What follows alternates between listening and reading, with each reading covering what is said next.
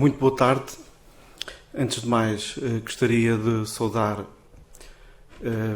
a doutora Paula Reis, irmã do comandante António Estácio dos Reis.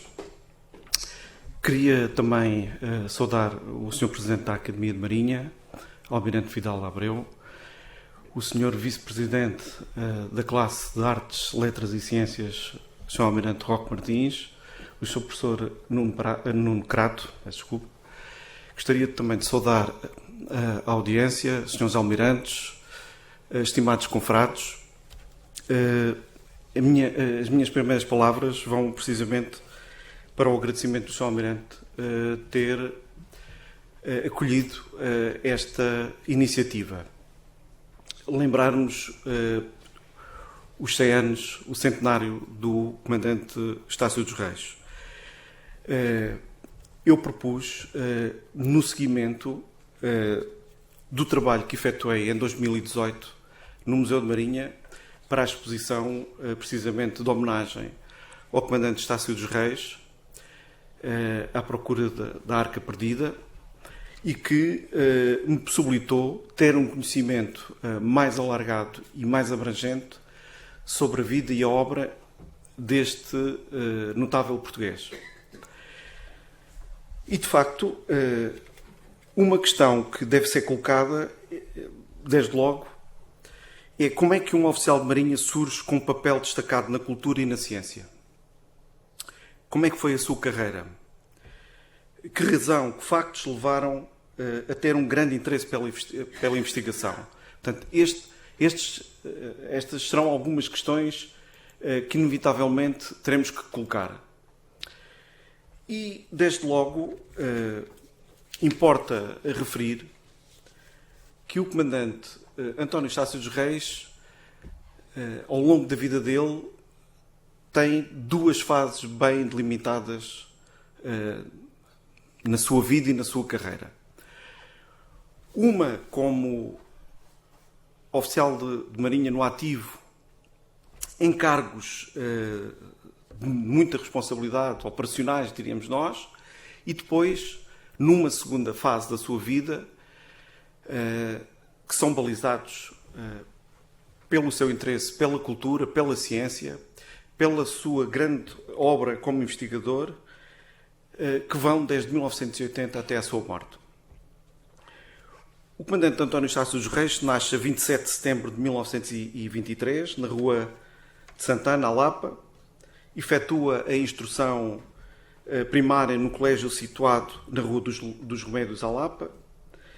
Efetua depois os seus estudos secundários no Liceu Pedro Nunes, em Lisboa, e tem como companheiros alguns vultos conhecidos da cultura e da sociedade portuguesa, nomeadamente Luís Francisco Rebelo, dramaturgo, Nobre da Costa, antigo primeiro-ministro, António Quadros, escritor e filósofo, filho de António Ferro, Augusto Mascarenhas Barreto, um investigador, enfim, com uma obra sobretudo dedicada à investigação do fado e com uma obra polémica sobre Colombo. O ténis de mesa, o bilhar e o ténis eram os esportes favoritos do comandante António Estácio dos Reis. Desde muito cedo, o jovem António Luciano Estácio dos Reis sentiu uma grande atração pelo mar e pela marinha em particular. Entre os que mais o influenciaram, destaca-se um tio-avô e padrinho, António Nunes, que fora oficial da Armada, engenheiro da classe de máquinas. E o seu pai, que também passara pela marinha e que era chefe das oficinas da Companhia Portuguesa de Pesca e que prestara serviço militar na marinha, como referi. As recordações do comandante Estácio dos Reis, quando era jovem, as recordações aos domingos em que acompanhava o pai num rebocador de Lisboa para a margem sul, para a Trafaria, para as oficinas, são memórias que estão bem vivas na sua na sua obra. Algumas das obras aí revela, de facto, o gosto pelo mar, pela investigação marítima, pela investigação dos motores. E isso são tudo fatores que vão estar presentes ao longo da sua carreira naval e da sua carreira como investigador. De facto,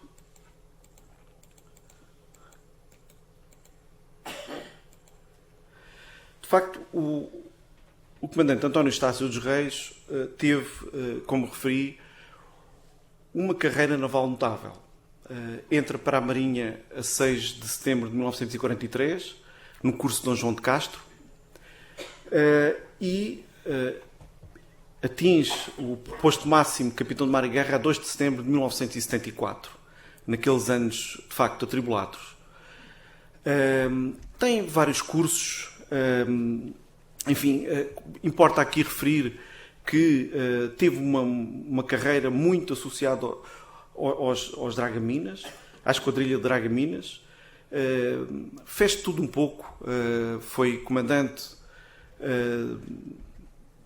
de todos os Dragaminas, foi comandante do Estado-Maior da esquadrilha de Dragaminas, e ficará com amizades que lhe serão bastante úteis quando for para o Museu de Marinha. Aliás, quem o convida para ir para o Museu de Marinha é o almirante Emanuel Ricot, que na altura era o diretor do Museu de Marinha. Outro oficial de Marinha, Amadeu de Carvalho Andrade, que virá também a ser diretor do Museu de Marinha, é outro dos oficiais que se encontra, digamos, na rede de contactos do comandante António Estácio dos Reis, e que é curioso realçar que estes homens transitavam da sabedoria dos Dragaminas para o Museu de Marinha. Não deixa de ser curioso, de facto, a associação entre estas duas dimensões da Marinha.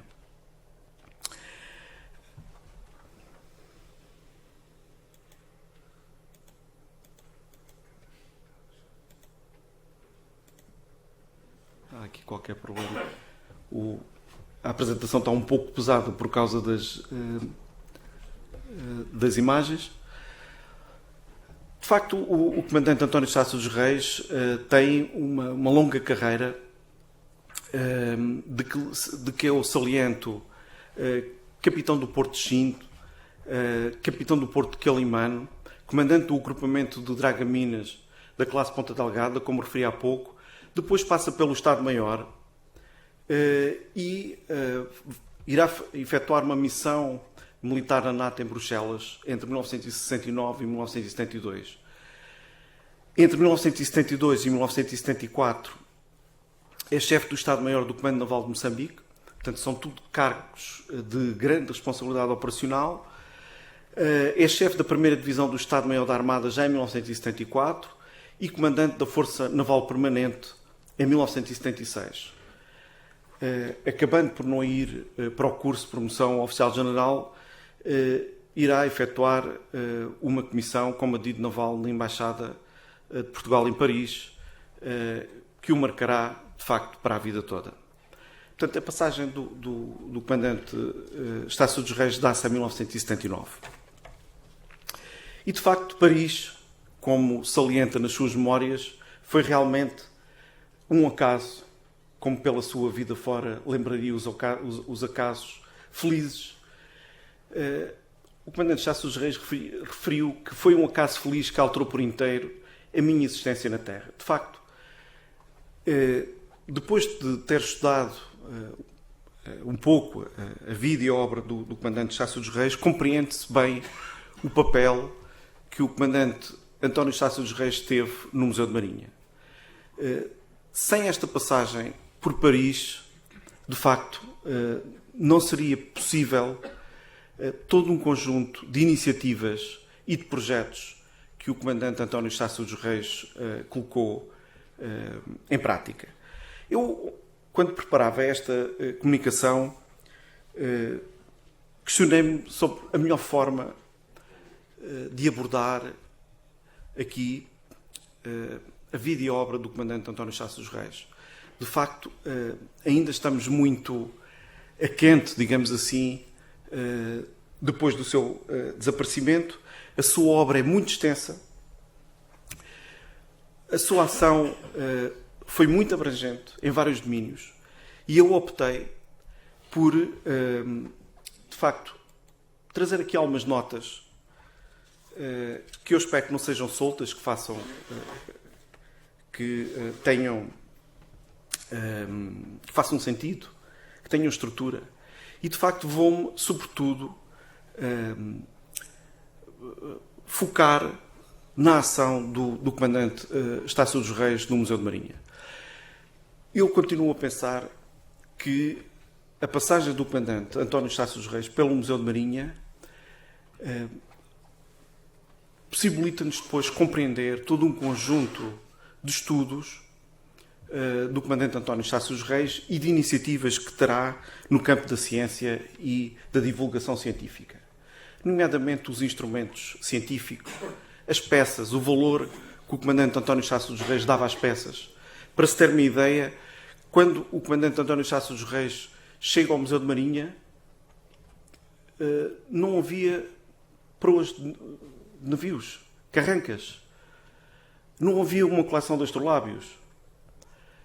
Não havia um conjunto de peças relacionadas com os navios que o comandante António Estácio dos Reis, entre 1980 e 1986, traz e incorpora nas coleções do Museu de Marinha. De facto, será marcante a passagem do comandante António Estácio dos Reis pelo Museu de Marinha. Nesta instituição, este oficial de Marinha faz investigação de textos, de peças, de coleções, efetua a sua divulgação, esforça-se por captar públicos e depois há todo um trabalho de mediação cultural que não pode ser esquecido.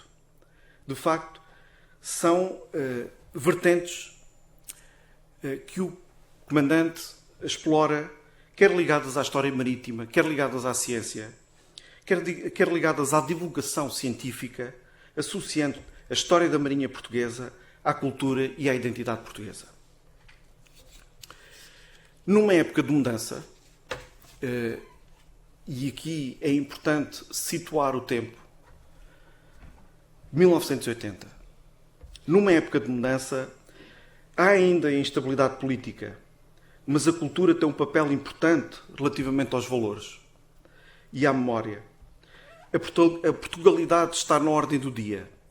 Pretende-se construir uma nova memória, desligada do Império, desligada de uma memória imperial. A periferia ocidental de Lisboa, junto ao Rio, terá um papel a desempenhar na construção e na consolidação dessa memória. E o Museu de Marinha, naturalmente atrai a atenção. De que forma irá contar o Museu de Marinha a história dos portugueses no mar? Esta que é a questão, em 1980. Como é que, com as peças que o Museu de Marinha tinha, se iria contar uma nova história dos portugueses no mar? Já não uma história imperial, já não uma história repartida entre a Europa e uma África e uma Ásia, que eram domínios da metrópole. E, de facto, essa foi a grande questão que o comandante António Estácio dos Reis se defrontou. E saiu-se muito bem, de uma forma muito inteligente. A viragem inicia-se nos anos 80. A 17ª Exposição de Arte, Ciência e Cultura, em 1983, será um ponto de viragem em toda esta questão relacionada com o Portugal imperial e o Portugal europeu. Pretendia-se a integração de Portugal na Europa, pretendia-se a adesão de Portugal à CE. E a cultura aparece aqui como algo muito importante para marcar uma nova fase do país, um país que se quer modernizar. E a cultura institucionaliza-se. O espaço cultural em Belém vai dinamizar-se. Os museus vão ganhar outra dinâmica. O Ministério da Cultura é criado um ano antes da 17ª Exposição de Arte, Ciência e Cultura, em 1982. Os monumentos e centros históricos pretendem funcionar em rede e ambicionam integrar a Unesco, ambicionam integrar o património mundial e cumprem as especificações rigidamente para integrar a rede de monumentos mundial. E aqui surge o comandante António Chassa dos Reis. Voltamos à questão: como é que se vai contar a história dos portugueses no mar, são o Império? E para o comandante António Chassa dos Reis foi relativamente fácil. Teremos que olhar mais para os instrumentos científicos, mais para a ciência. Teremos que olhar para os espaços que foram imperiais, não de uma forma subjugada, minimizada, mas de uma forma moderna, trazendo os conhecimentos necessários para se perceber as ligações entre esses espaços que agora eram independentes e Portugal. E começa-se a construir no Museu de Marinha, de facto, a partir de 1980, uma história marítima com foco na ciência. E o comandante António Chassa dos Reis, de facto, das primeiras coisas que faz é publicar na Revista da Armada, mensalmente, um textinho em que o nome é ajude o seu museu. De facto, nestas primeiras ações, ajude o museu, o comandante Chassa dos Reis tem o intuito de angariar peças e promover estudos. Em agosto de 1983, no número 143 da Revista da Armada, escreve: uma das missões que compete ao museu é, sem dúvida, o enriquecimento do seu património, o que pode ser conseguido por compra ou por permuta de peças, ou por doação. Porém, qualquer que seja o processo de aquisição, torna-se indispensável saber onde as peças se encontram. De facto, é todo esse trabalho notável que será feito para um museu que se está a construir. Um museu que irá renovar a sua narrativa, naturalmente, irá disponibilizar outras peças, irá construir outras coleções, como a dos astrolábios ou das proas dos navios. E o comandante Chassa dos Reis tinha o conhecimento ideal para esse trabalho. Porque em França, contactar de muito perto com o Museu Marítimo francês, estabelecer uma relação privilegiada com François Bellec. E, para além disso, relacionaram-se com um conjunto de agentes culturais em Paris, muito importantes. Quer nacionais, quer internacionais. E depois há todo um saber que vai construindo a partir do conhecimento de colecionadores, antiquários, interessa-se por obras de arte, quadros, peças de escultura, instrumentos científicos. Portanto, repare-se, é tudo isto que Chassa dos Reis traz para o Museu de Marinha. Mas não se pode ver só a questão centrada no Museu de Marinha. Eu, quando trabalhei para a exposição, com a equipa do Museu de Marinha, nós conseguimos detectar as associações dinâmicas que Chassa dos Reis tinha com a Revista da Armada, com a Biblioteca Central de Marinha, com a própria Marinha, Instituto Hidrográfico. Ele chegava a ir à Escola Naval em busca de peças, chegava a ir ao Arsenal em busca de peças para o museu. Portanto, há todo um trabalho que é feito, que depois está por trás de uma dinâmica cultural que a própria Marinha tem em curso.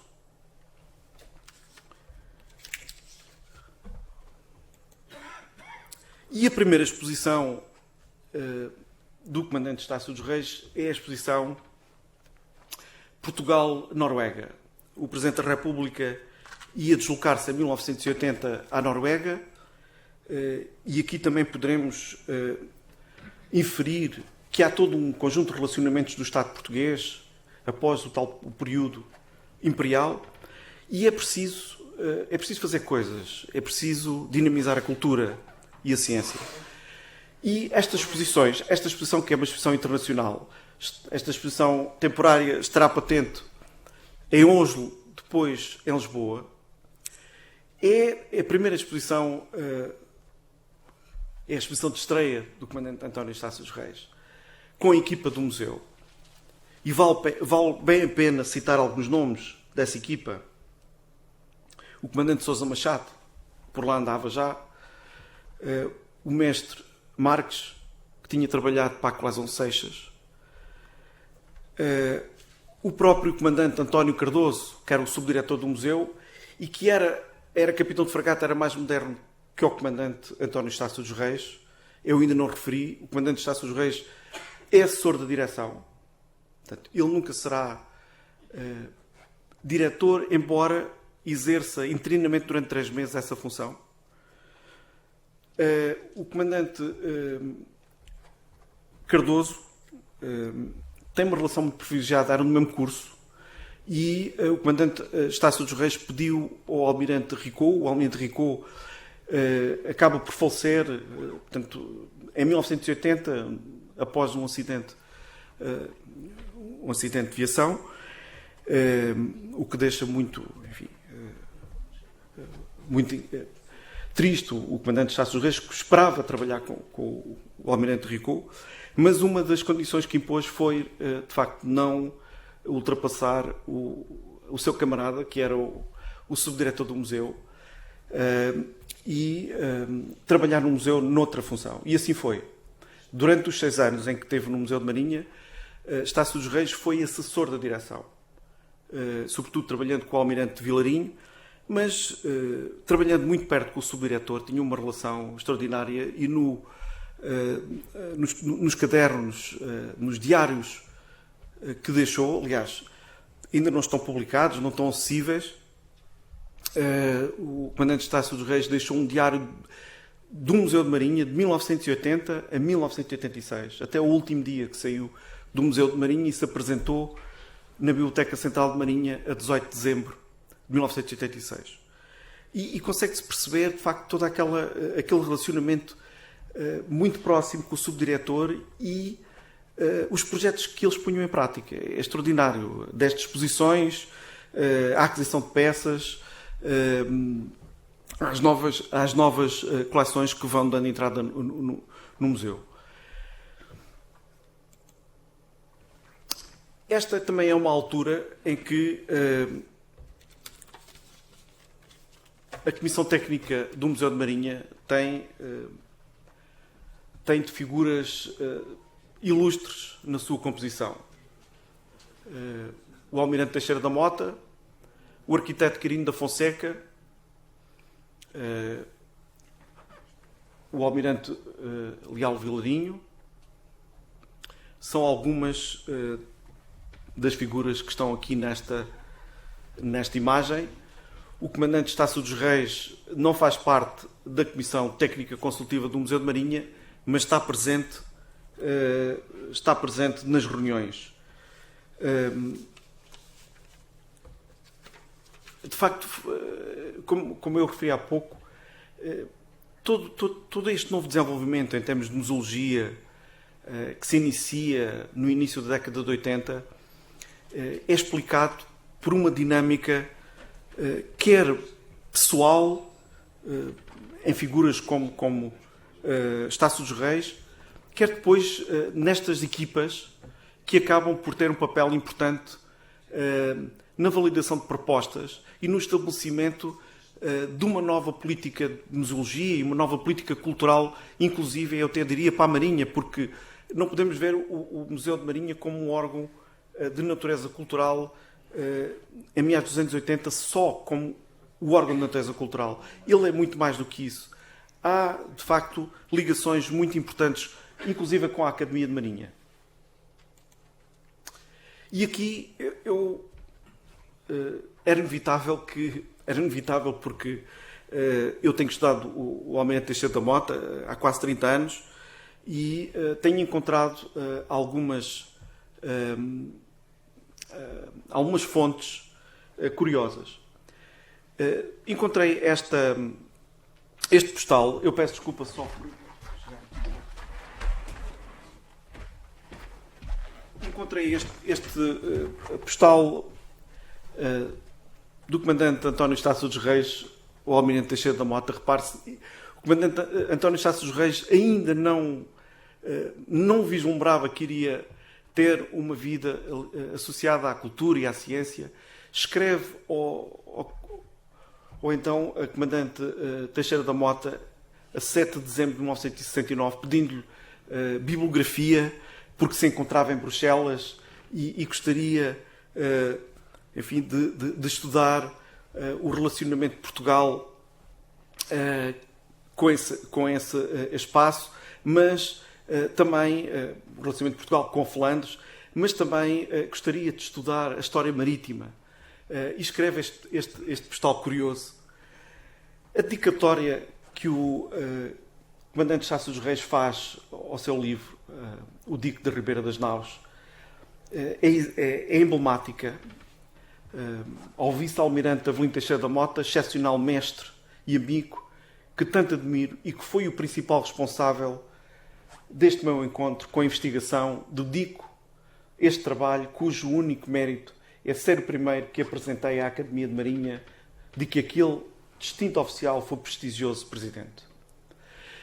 É curioso, porque, de uma maneira geral, sabemos que o comandante Estácio dos Reis foi o grande estudioso dos instrumentos náuticos na segunda metade do século XX.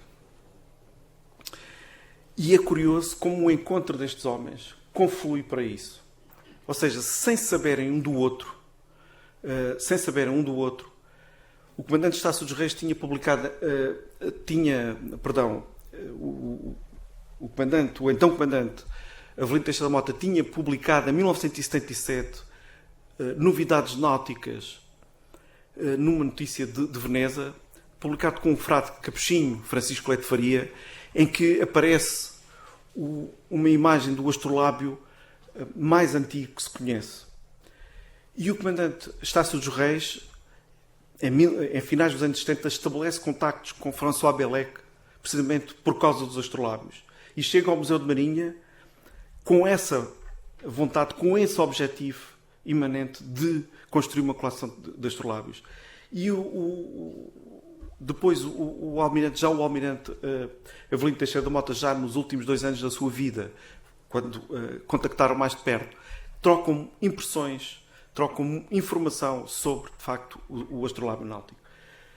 O tempo urge e eu gostaria de aqui referir mais 2 aspectos que são importantes no papel de Estácio dos Reis como museólogo. O primeiro é, de facto, a exposição dos ex-votos. Esta exposição foi inaugurada em 1983, fazendo parte do circuito da 17ª Exposição de Arte, Ciência e Cultura. É uma exposição extremamente importante. É a primeira exposição sobre pintura votiva que tem lugar em Portugal. Trabalhou Estácio dos Reis com Carlos Lopes Cardoso, que era um homem que tinha trabalhado em Angola em etnologia e tinha edificado o Museu Etnográfico de Angola. Todos os meios foram colocados à disposição para esta exposição. Os meios disponibilizados pela Marinha. Percorreram mais de 18 mil quilómetros, procurando todos os painéis votivos de temática marítima. E há uma grande inovação nesta exposição, desde logo porque, quando está patente ao público, é apresentada com slides e com uma narrativa da atriz Carmen de Loures. Aqui podemos ver o comandante António Estácio dos Reis com um ex-voto marítimo descoberto entre papéis e trapos velhos, num sítio recôndito de Portugal. É uma exposição de facto marcante, mesmo a nível nacional, porque é a primeira exposição do género. É uma exposição que tem, de facto, um grande sucesso. Aqui vemos a abertura solene da exposição. Carlos Lopes Cardoso portanto, está ali, depois está o almirante Sousa Leitão, está o secretário de Estado e depois está o Dr. Lopes Cardoso. O comandante Estácio dos Reis não aparece, ele muitas vezes fazia o trabalho e colocava-se atrás. Isso aconteceu, há várias fotografias que assim o demonstram. E esta frase, este parágrafo, melhor, do Vítor Serrão, que é um grande estudioso de História da Arte, de facto ilustra e identifica o grande sucesso que esta exposição teve. Referindo que entre as iniciativas paralelas organizadas sob os auspícios da 17ª e integradas no seu programa expositivo, é justo destacar o certame Ex-Votos Marítimos, desde há algumas semanas visível em salas do Museu de Marinha. Eu não vou alongar, refere por fim Vítor Serrão em atenção à problemática das descobertas. Trata-se de uma amostragem que, sem cedências nem assomos de facilidade, se revela, afinal, didática e fecunda. Foi uma exposição marcante. Eu não poderia deixar acabar a minha comunicação e estas notas que aqui trouxe da faceta de Estácio dos Reis como museólogo. Não poderia deixar de referir aquilo que foi um dos seus grandes sucessos. A vinda para o Museu de Marinha de 2 globos. De facto, as dinâmicas sucediam-se. Em conversas com a museóloga, curadora do Museu Nacional de Arte Antiga, Maria Helena Mendes Pinto, Estácio dos Reis sabe da existência de 2 globos na Casa Pia, datados do século XVII, e propõe a sua permuta por 3 telas que se encontravam nas reservas do Museu de Marinha. E, de facto, estes globos, que hoje constituem 2 peças extraordinárias da exposição permanente do Museu de Marinha, vieram para o museu por iniciativa de Estácio dos Reis e, ao mesmo tempo, importa referir que imediatamente a seguir Estácio dos Reis procede ao levantamento exaustivo dos globos que existem em Portugal. Portanto, repare-se, há associação aos instrumentos científicos, às peças, que na sua perspectiva são importantes para carrear uma nova visão da cultura e da ciência em Portugal em meados dos anos 80. E assim será até à sua morte. Por fim, vou já findar, Sr. Presidente. Esta imagem é emblemática, julgo que é o astrolábio Ericeira, junto a Francisco Alves, porque importa também referir que o comandante Estácio dos Reis tem uma visão inovadora para a museologia.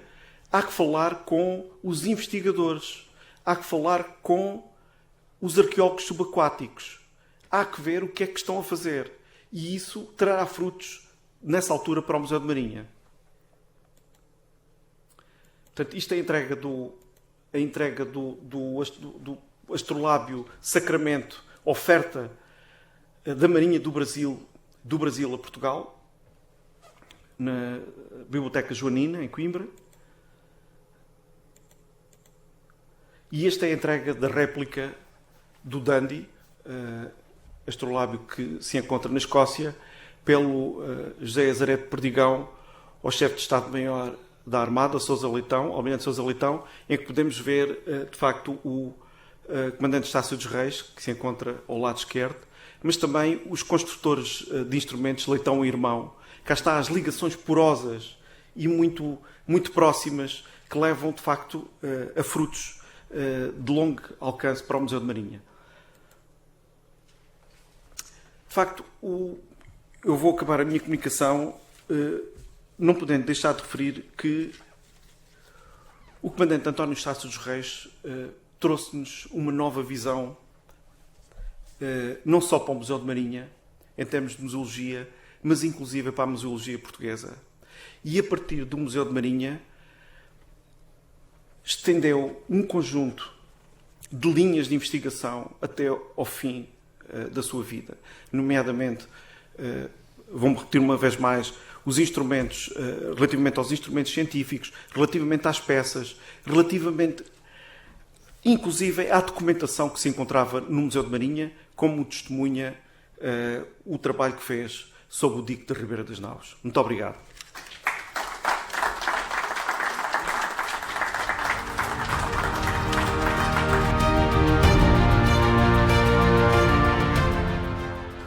Boa tarde, Sr. Presidente da Academia de Marinha, Almirante Francisco Vidal Abreu, Sr. Vice-Presidente da Classe de Artes, Letras e Ciências, Contra-Almirante Luís Roques Martins, Sra. Doutora Paula Reis, muito gosto em vê-la aqui, Srs. Comandantes académicos, Sr. Comandante Rocha de Freitas também, que tem sido instrumental em organizar estas sessões, Sr. Comandante Carlos Valentim, muito obrigado pela introdução que fez, que me recordou muitas coisas sobre o Comandante Estácio dos Reis. Para mim é uma honra ter recebido este convite e é com imenso gosto que aqui estou. Foi uma honra que já 2 ou 3 vezes tive de estar associado a homenagens ao Sr. Comandante Estácio dos Reis. Uma vez no Museu de Marinha, com ele vivo ainda, já com dificuldade em ler, tinha que ampliar muito a leitura. Nessa altura eu era ministro e acho que ele ficou muito contente de me ver, apesar de ele me dizer sempre: eu não gosto nada que o senhor vá para ministro. Não gostei nada disso. Não gostei nada disso. Mas depois, eu sei, aqui o Sr. Comandante Costa Canas também sabe, em encontros de amigos, ele dizia muitas vezes: não digam mal do Nuno, é nosso amigo. O que diz muito sobre a maneira de ser dele. Também a honra grande de estar neste lugar, que é um lugar de Teixeira da Mota, de Gá Coutinho, e agora também de Estácio dos Reis. É uma pessoa que recordamos e que recordamos com gosto, recordamos com dignidade. Eu julgo que honra o Sr. Comandante António Estácio dos Reis, honra a sua memória estarmos aqui hoje, mas também nos honra e honra a Academia de Marinha e honra a Marinha, porque a Marinha é uma arma que sabe honrar os seus. Isso é uma coisa que o Comandante Estácio dos Reis dizia muitas vezes: a Marinha sabe honrar os seus e eu espero honrar a Marinha. O Comandante Estácio dos Reis é certamente um dos homens que conheci, e talvez não tenha conhecido muitos, que ficam na história. Mário Soares, certamente. Conheci Mário Soares, até fui amigo de Mário Soares, pode-se dizer isso. Quer certamente ficará na história. Alguns outros ficarão na história, talvez não por boas razões, mas não muita gente ficará na história. Porque se nós pensarmos daqui a 50 ou 100 anos, quem se lembra exatamente do que é que se passou, quantos governos passaram, quantas pessoas aconteceram? Lembrar-se-ão naturalmente de Mário Soares, Cavaco Silva e meio dúzia de outras pessoas. E quando falamos da história da ciência, lembramos-nos de algumas pessoas. Lembramos-nos de Teixeira da Mota, lembramos-nos de Gá Coutinho e, julgo eu, lembrar-nos-emos de Estácio dos Reis. E eu tinha essa consciência desde os primeiros momentos em que com ele contactei. Eu vou, em seguida, contar a história do meu contacto com ele. É uma história pessoal, portanto, eu não estou a fazer uma revisão completa ou sistemática da vida do seu comandante, Estácio dos Reis. Eu irei contar essa história, mas eu tenho essa noção desde o princípio, que ele era uma pessoa que ficava na história. Uma das razões foi esta última, ou uma das últimas que o seu comandante mostrou, que foi a sua descoberta do único exemplar da época do nónio de Pedro Nunes. E se nós falarmos da história da ciência em Portugal, o nónio é das coisas que me aparece imediatamente à cabeça. Porque, por várias razões. Primeiro porque foi do maior matemático português de sempre, julgamos nós. foi de um dos 2 ou 3 maiores matemáticos de sempre, eu diria o maior matemático de sempre, foi de um homem da nossa época gloriosa, da época dos descobrimentos, foi um homem que, sendo teórico, teve algumas preocupações práticas, não sabemos se foi mais por pressão do poder real, se foi por pressão dos marinheiros, mas o certo é que ele concebeu vários instrumentos e deu contributos muito grandes à navegação. Loxodrómicas são certamente o mais importante, se não um dos 2 ou 3 mais importantes. O nónio é também um precursor de uma série de instrumentos que depois vêm a ser desenvolvidos e que desembocam naquilo que hoje utilizamos ainda e que chamamos muitas vezes o vernier, mas na realidade é uma evolução do nónio. E não se conhecia, antes do comandante Estácio dos Reis, nenhum instrumento da época que utilizasse o nónio de Pedro Nunes. E o comandante Estácio dos Reis descobre esse instrumento. Se não leram a história, ele tem um livro sobre isso, se não leram a história, é uma história admirável, porque é uma história das Arábias. Porque ele está numa exposição da IBM e vê um instrumento que pertence à IBM e fala para a IBM, está em Nova Iorque e não consegue, e na IBM não o recebem, não dão informação, e passa por aqui, passa por lá, até que finalmente vai a Florença, ao Museu de História da Ciência em Florença, e vê o instrumento em Florença. Vê o instrumento e não ficou por aí de ver um instrumento e dizer, está aqui, vou tirar uma fotografia. Não, vai ver a história do instrumento. Mas quem é que o trouxe para aqui? Como é que o trouxe? Como é que aconteceu? Porquê é que este instrumento terá aqui o nónio? Mas como é que teve? Mais, depois fala com 2 homens que apareceram aqui também, que o Sr. Comandante mostrou, não sei se é Lelo e Irmãos, Leitão e Irmãos, que graciosamente vão lá, fazem um molde, reproduzem o instrumento, e hoje temos um mais bonito que o original no Museu de Marinha. Quer dizer, há aqui uma característica do seu comandante, Estácio dos Reis, que eu julgo admirável, que ele pega no assunto e leva-o ao fundo. Outras pessoas poderão dizer, eu encontrei um instrumento que me parecia ser o nónio, mas depois não consegui fazer mais nada. Não, ele continua e vai a Florença e fala com uma das pessoas que estão à frente do museu e consegue tudo aquilo para trazer para Portugal, não um instrumento que ele gostaria muito de trazer, obviamente, mas para trazer uma réplica do instrumento e para mostrar que aquele instrumento que apenas se conhecia na altura através de gravuras do Tycho Brahe, aquele instrumento de facto existiu. Está ali a prova. Aquele instrumento existiu. Nós hoje sabemos que o instrumento não era muito útil e sabemos sobretudo que com aquela dimensão não deveria ser muito rigoroso, mas é um passo importante para os instrumentos que se seguiram. E esse passo é dado por um português e é revelado por outro português, que é o comandante Estácio dos Reis. Mas eu fundo das coisas não apenas nisto, eu fundo muitos instrumentos. Por exemplo, estuda as máquinas a vapor. É uma coisa um pouco espantosa. Estuda, lança um livro, é um dos últimos livros que lança, em que eu não pude estar na apresentação, mas ele depois ofereceu-me um livro e disse-me, pena não estar na apresentação, porque foi muito bom, a seguir o vinho estava muito bom. E as pessoas diziam, não, mas ele fez um discurso notável, e fez certamente um discurso notável. E a paciência que ele tinha, a paciência que tinha para aturar todas as pessoas.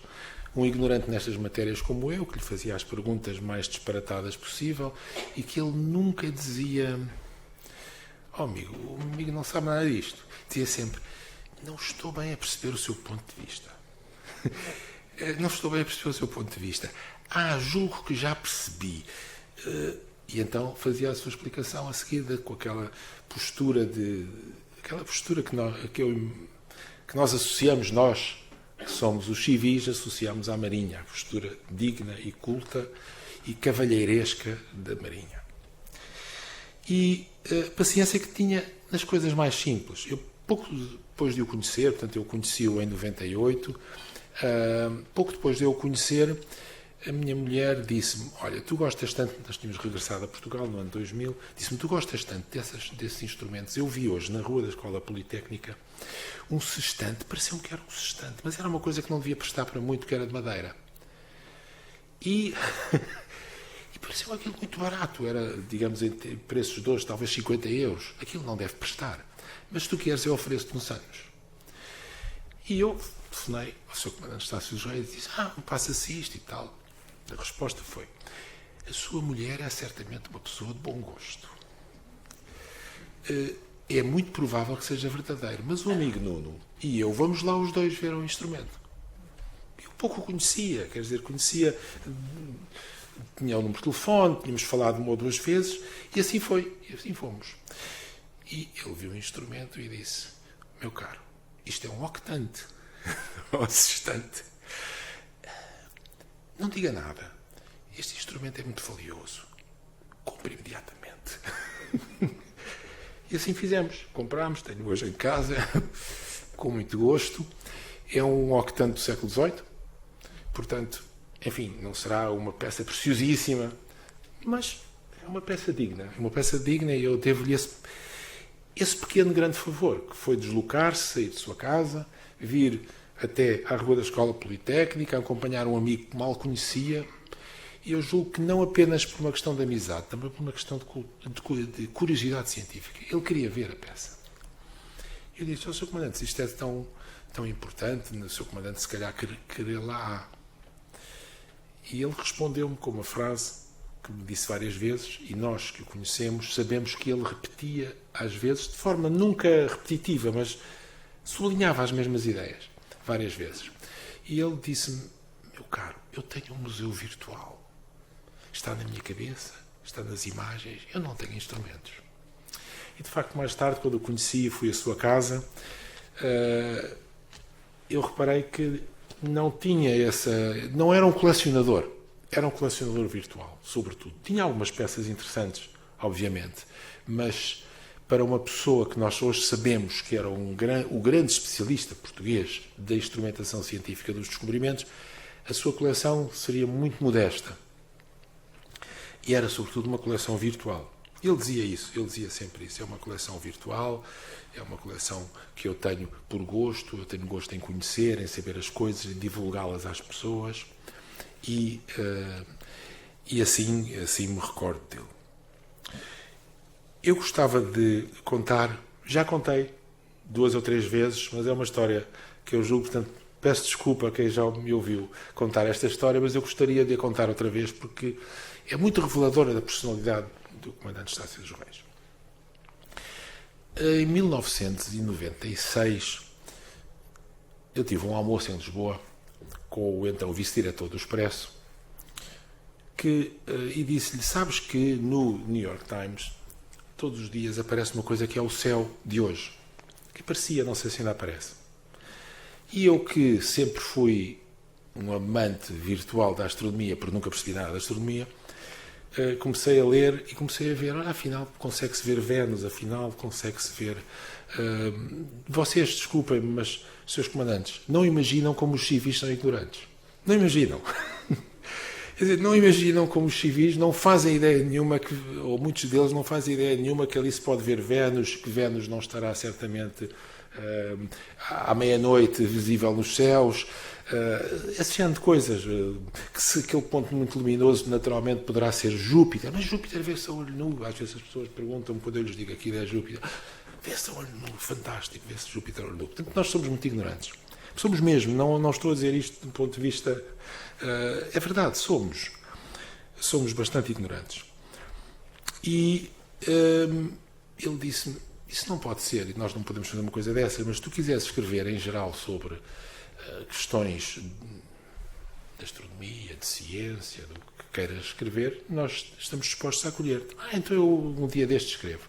E ele disse-me: não, aqui isto não funciona assim. Um dia destes escreve, nunca é publicado. Se quiseres fazermos um contrato, escreves todas as semanas. E eu fui para casa a pensar, escrever todas as semanas, sobre temas vários. Mas digo, sobre o que quiseres, pode ser matemática, pode ser física, pode ser astronomia, pode ser... Só o céu já dá uma crónica por semana. Hoje vemos Júpiter, amanhã vemos Vênus, hoje temos isto, hoje vemos aquilo. E eu comecei a escrever crónicas ingênuas de uma pessoa que está a aprender astronomia, mas que está ao mesmo tempo sempre muito consciente das suas limitações e, portanto, com muito cuidado com o que diz. E julgo que não terei feito muitos erros naquilo que escrevi. Graças a esse cuidado e graças a muitos amigos que me acompanharam e que me ajudaram nesta minha descoberta da astronomia. O meu pai adorava a astronomia, mas não sabia distinguir Vênus da Lua, julgo eu. Quer dizer, estou a exagerar, como é evidente, mas nunca me mostrou as coisas e falava muito de aspectos mais teóricos e isso sempre me despertou o interesse. A hipótese de poder ver Vênus, poder ver as fases de Vênus, aquilo que nós sabíamos tinha tido um papel tão grande na história da humanidade, na história da ciência, a descoberta das fases de Vênus, ver tudo isso, para mim era fascinante e eu escrevi essas crónicas. E um dia atrevi-me a escrever sobre o céu de Vasco da Gama. E ao escrever sobre o céu de Vasco da Gama, mandei o meu artigo, saiu no Expresso, e passado um mês eu recebo esta carta, que aqui está, se alguma vez o museu a Academia de Marinha estiver interessada, eu posso facultar uma cópia ou mesmo a carta original, se acharem que isso é importante. Mas eu vou ler-vos, peço desculpa, diz o seguinte. Excelentíssimo Senhor, interesso-me ao longo dos anos por astrolábios, em especial astrolábios náuticos, e, pretenciosamente, julgava conhecer toda a iconografia existente sobre este tipo de instrumentos. Todavia, no artigo O Céu de Vasco da Gama, que Vossa Excelência publicou na sua última revista do Expresso, é apresentada a reprodução de uma gravura renascentista representando marinheiros a pesar o sol com astrolábios. Ora, como nunca vi tal gravura, gostaria que me informasse onde é que ela se encontra. Deixem-me dizer-vos uma coisa. A gravura,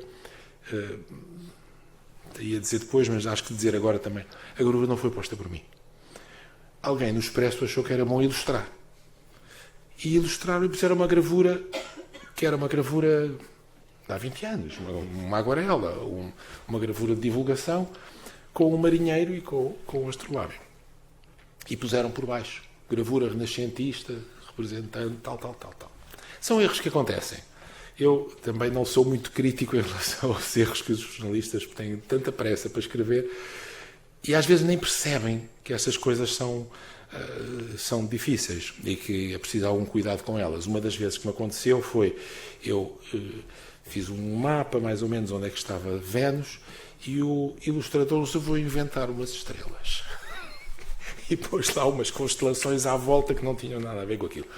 E quando eu disse, não, desculpe, eu fiz isso era com muito rigor. Eu tinha um programa de computador que desenhava o céu e com muito rigor ia procurar pôr as estrelas que interessavam para ajudar a localizar o objeto, o que fosse.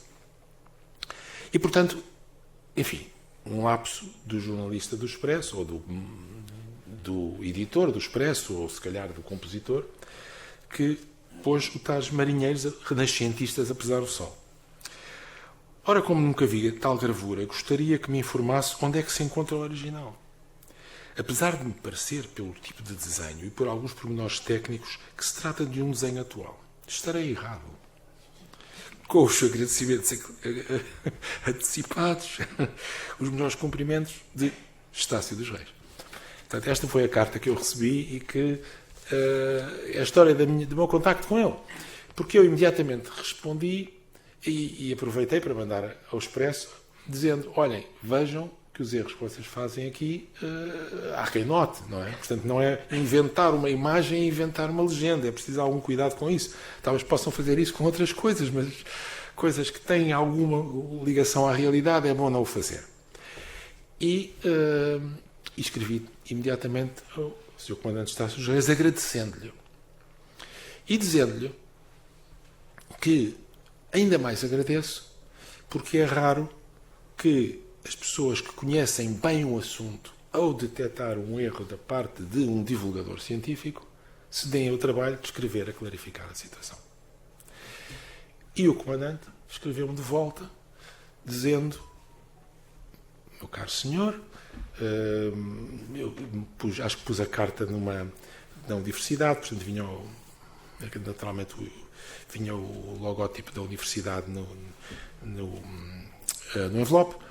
E ele disse, não sabia que trabalhava nos Estados Unidos, na universidade, não sei o que mais. De facto é isto assim, é um assunto que me interessa muito, muito obrigado pela sua resposta.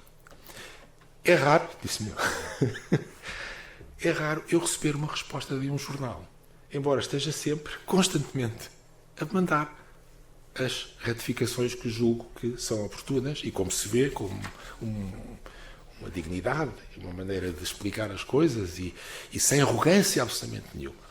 Quer dizer, eu estou a pensar o seguinte. Ele pensava que eu era jornalista e poderia ser, não é isso, estava a funcionar como jornalista neste caso.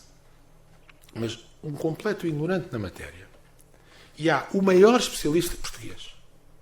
O maior especialista português em astrolábios náuticos que se dá ao trabalho de escrever ao ignorante na matéria. Olha, veja lá, se da próxima dá um bocadinho de cuidado.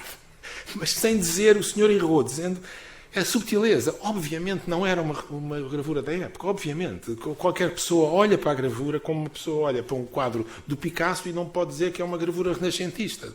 Não é preciso ser um diplomado em História da Arte. E olhava-se para aquela gravura e via-se que não era.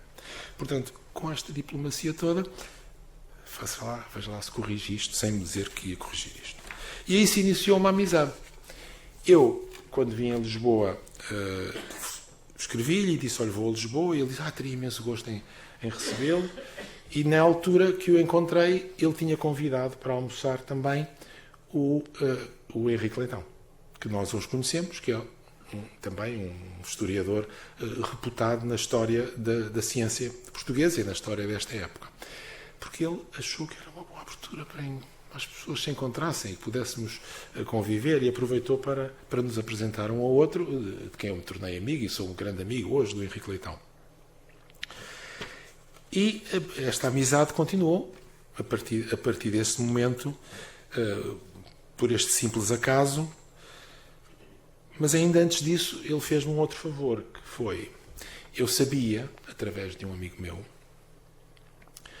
que me tinha visitado onde eu estava, nos Estados Unidos, a trabalhar, e que me tinha dito, agora em Portugal, bem, o Luís de Albuquerque já faleceu, pessoas matemáticas, o Luís de Albuquerque faleceu, mas agora há um homem que também está muito interessado na história da náutica e tem produzido alguns trabalhos notáveis, nomeadamente, eu julgo que se chama Estácio, dizia o meu amigo, e escreveu um livro, Medir as Estrelas, que é um livro que me parece interessante, um dia destes que faz a Lisboa. Bem, isto é o contexto. Não foi preciso ir a Lisboa, porque na carta seguinte, o Sr. Comandante de Estácio dos Reis mandou-me um exemplar do Medir as Estrelas, como quem diz, aprende um bocadinho. Está aqui, mas com uma amizade e com uma dignidade muito grande. Obviamente não foi isso que ele disse. O que ele disse foi, tenho o prazer de lhe oferecer esta obra modesta que escrevi e que, visto que o senhor se interessa, essa carta não trouxe, mas seria qualquer coisa deste tipo, visto que o senhor se interessa por estes temas e talvez goste de ver esta obra que eu escrevi. E foi assim.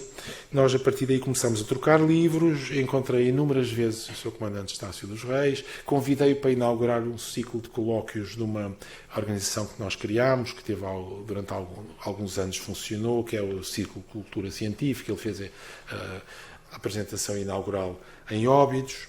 Ele colaborou num vídeo que eu fiz sobre o GPS, um vídeo para miúdos, em que ele apareceu no Museu de Marinha a explicar o que era a coleção de astrolábios. Infelizmente esse vídeo está em DVD e eu não consegui transpô-lo para MP4 para conseguir passá-lo aqui. Que o DVD, de facto, é uma tecnologia que não é, pelo menos para leigos como eu, mas talvez apareça algum Sr. Comandante Estácio dos Reis a dizer, ouça lá, seu maçarico, isto é apenas utilizar este programa e isso vai funcionar. Muito bem, esta é a minha história, é uma história modesta, é uma história de homenagem a um homem que me diz muito, e eu julgo que a atitude dele também diz muito. A atitude de escrever, modestamente, de reconhecer, de ajudar, de estar disponível para me ajudar sempre que eu tinha alguma questão sobre o assunto. Durante anos nós comemorávamos o seu aniversário, tínhamos um almoço em Belém, sempre ele gostava, num restaurante que ele gostava, habitualmente no primeiro andar, tínhamos esse almoço com outras pessoas que também já desapareceram, que alguns estão presentes ainda, felizmente, e que espero muitos mais anos. Muito obrigado, Sr. Comandante. Muito obrigado.